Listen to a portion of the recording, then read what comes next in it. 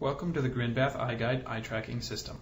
This interactive tutorial will help you set up and run your first test in Capture and look at the results and analyze.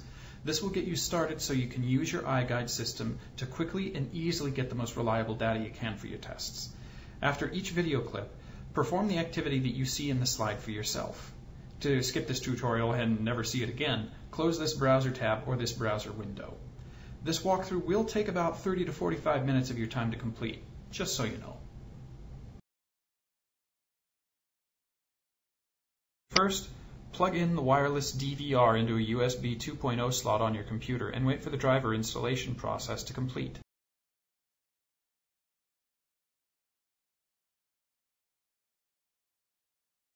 To make sure that you get the best data, adjust your screen so that it is perpendicular to the user's gaze, or as close to 90 degrees as you can manage. Raise or lower the monitor if you need to get it right.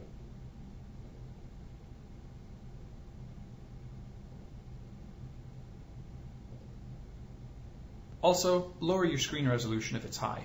The lower your resolution, the better your results. iGuide works well at 1280 by 1024, which is what people normally view on their computer screens. Double check to see what it is. Mine here is 1280 by 800. I have a widescreen display, so we're good to go.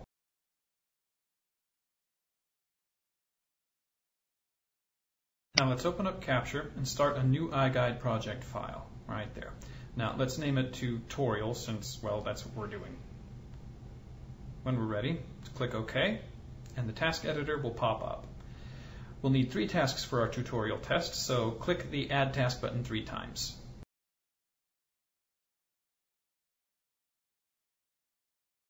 In the task editor, double-click on that first name field right there, and let's name Task 1, Task 1. And we'll name Task 2, Task 2. You get the idea. I guess I like redundancy. When you're designing your own tests, you, of course, can name them something more specific, or you can not name them at all. For our purposes, though, this is fine for now. Double-click on the description field, and add the descriptions that you see on your slide to Tasks 1, 2, and 3. Just copy and paste them, save yourself some time. Now, since the image that I'm going to have them look at for my test is on the CD drive, my test is going to be a little bit different than yours. But that's okay. The data that we look at is going to be pretty comparable, and this is, again, a tutorial. When we're done, let's preview our tasks by clicking the Preview Task button. We cycle through them by clicking OK, and this is exactly how they'll look as the user takes the test. When you're done entering and previewing your tasks, close the task editor by clicking OK. That'll save everything that you've done up to this point.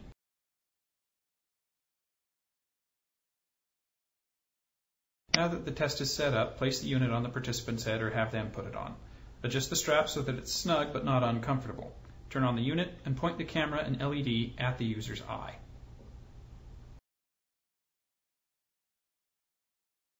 Now you should see an image kind of like this in Capture.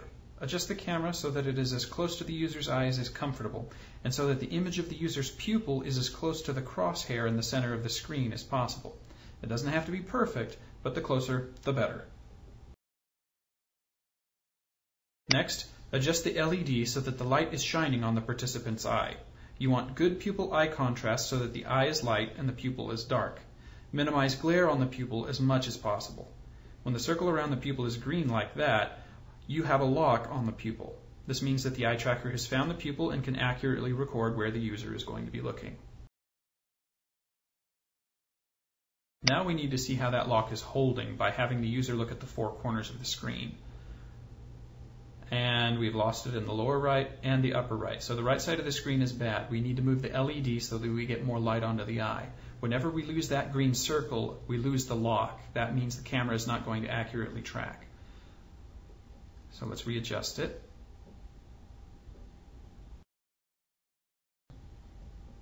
Okay, let's try the corners again. And now we've lost the left. So let's move the light a little bit up so it's directly on the eye and not on the eyelid. Okay, solid lock there. Lower left, good. Lower right, good. And the upper right is good. Great. This is a lock that we can use to calibrate with and get some good test results with. So let's go with it. Head movement compromises your accuracy, so have users keep their head still by resting their chin in their hands or using a chin rest. We've got our hardware set up, we've got our test set up, so let's go to the File menu and start our test. We'll see a calibration dialog pop up, and we'll click OK. Next, we'll see 9 black circles. Those are the calibration points. As they diminish, have the user look at those until they fully disappear. If they anticipate them, that'll compromise the accuracy. When our calibration is complete, we'll see the results in a series of targets. These targets represent where the user should have been looking during the calibration process. These all look like they're in the green. Yeah, that's very good. So we're going to get between 1 and 5 pixels of accuracy. If we like this, we'll start our test. If we don't, we can cancel, readjust, and start over. We like our calibration, so let's start our test. We click Start Test, and the first task dialog will pop up. It won't record until the user clicks OK. So they read it, click OK, and start the task. Now, when the user is done with the task, ask them to click the green check mark in the lower right corner of the screen. That'll bring up the next task dialog box, which won't start until they click OK again. So have them continue like this until the test is finished.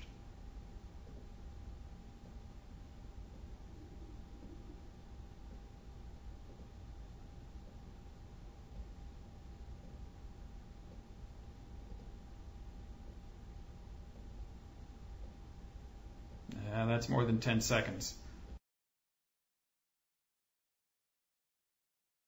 Now it's time to open, analyze, and look at our data. Let's go to File, Open Project, right there on the desktop. And as we open the project file, we'll see the preferences pop up. Seconds to fixate refers to how long a user has to look at an area to get a fixation. Fixation radius is the size of that area. So here, if they look at an area of 10 pixels for 0.8 seconds, that's a fixation. We can change this at need, so let's just close this for now. Now, Analyze has 6 data tabs up top, as you can see, and each one has a different purpose and application. So let's go through those. First, we'll go through the playback tabs, Replay and BSwarm. And Replay, as you can see, that pink circle is representative of the user's gaze. That way we can see which user looked at what and when. Each user will have a different color. We only have one, so that's about as much use as we can get. In BSwarm, as you see, all users have red dots instead, so it's anonymized. This way you can see what is drawing users' attention during specific parts of a task. This is more useful, again, the more users you have, but this is what we've got.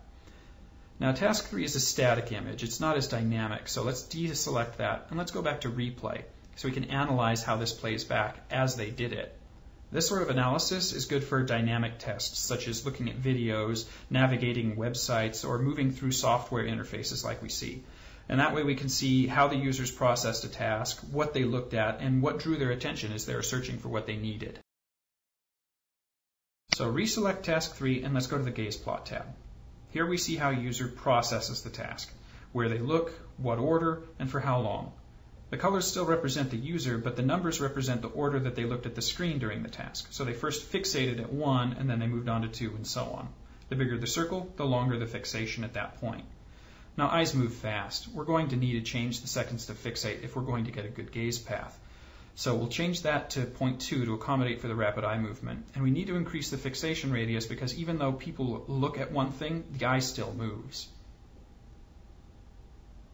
Now, this is a great tool for individual tasks with a visible gaze plot showing how users looked around, but you can see how this will start to look like a spider web in short order, especially with multiple users. So let's restrict this just to task 1 to keep this manageable. Also, as you can see, this tool will aggregate data. So you may see the users fixate in an area that doesn't make any sense because you don't see anything in the playback. That is when you want to go back to the Replay tab and check out what was on the screen at that time.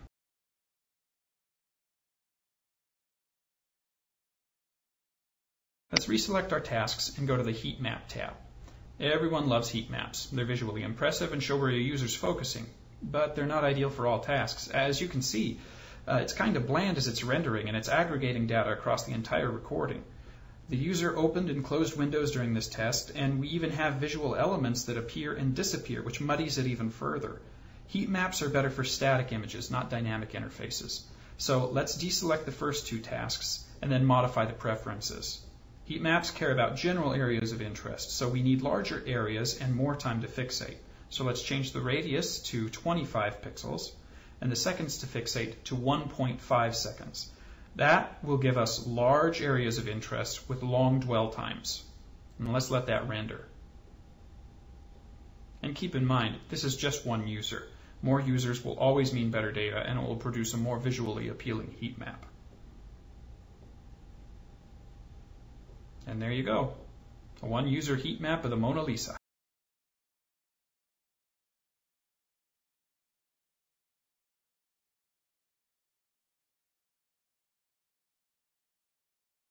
Now for clusters. Let's recheck our tasks and go to the Clusters tab. In Clusters, we get dynamic areas of interest showing us where users are looking and coming back to. It's a more organic way of getting areas of interest because the user's eyes are telling us where we're looking. Now these preferences are for heat maps, so we need to change this. We need quick eye movement, so 0.3 seconds should do, and we need a larger radius. 30 pixels should do us good. Now we'll get colored areas that indicate where the users spent most of their time.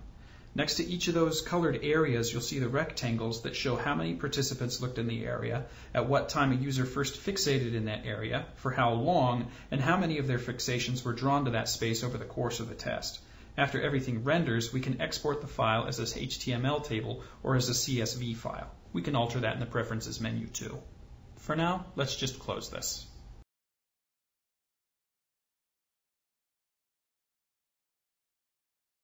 Let's go to the Data tab now. This one's drier than the other ones. It shows a table of users, how long they took per task, the mean of that data, and the length of each user's test. Not much here now with one user, but with more users and tasks, we would have more data to analyze. If you choose, you can also export this data as an HTML table or a CSV file.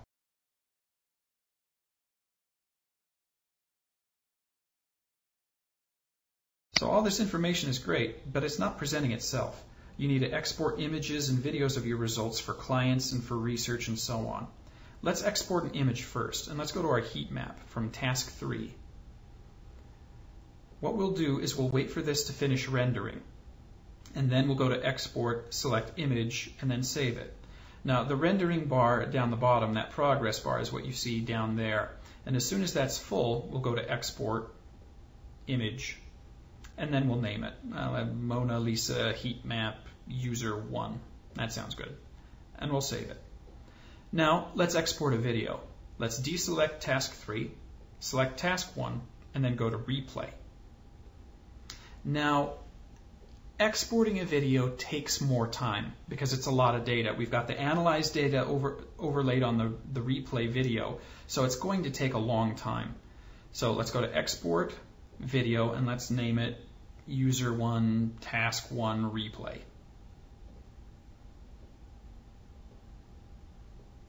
Now, this will take some time, so please be patient with it. As I said before, it's a lot of data that's rendering at the same time as it's processing it and exporting it. Now, through Movie Magic, we're already at the end. We're almost done. Now, all said, that user video of 12 seconds for only one user took 1.5 minutes to render. If you have more users, more tasks, and more time, it will take more time to render. So keep that in mind and be patient. Your patience will be rewarded.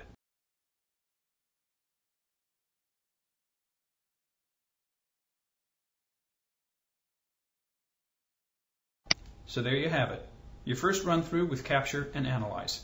I hope this tutorial has been helpful for you. If you have any more questions or if you want more detailed information, you can email us at support@grinbath.com. You can check out the support forum at support.grinbath.com, or you can take a gander at the instructional videos on Grinbath's YouTube channel, or you can make it easier on yourself and just click the buttons below. If you have any suggestions, also send those our way. We listen to your feedback and value it highly, and we use it to improve iGuide. Remember, all software upgrades are free. Ask us how we can help you with your research and your planning so that we can help you get the most out of the world's most affordable eye tracker, iGuide.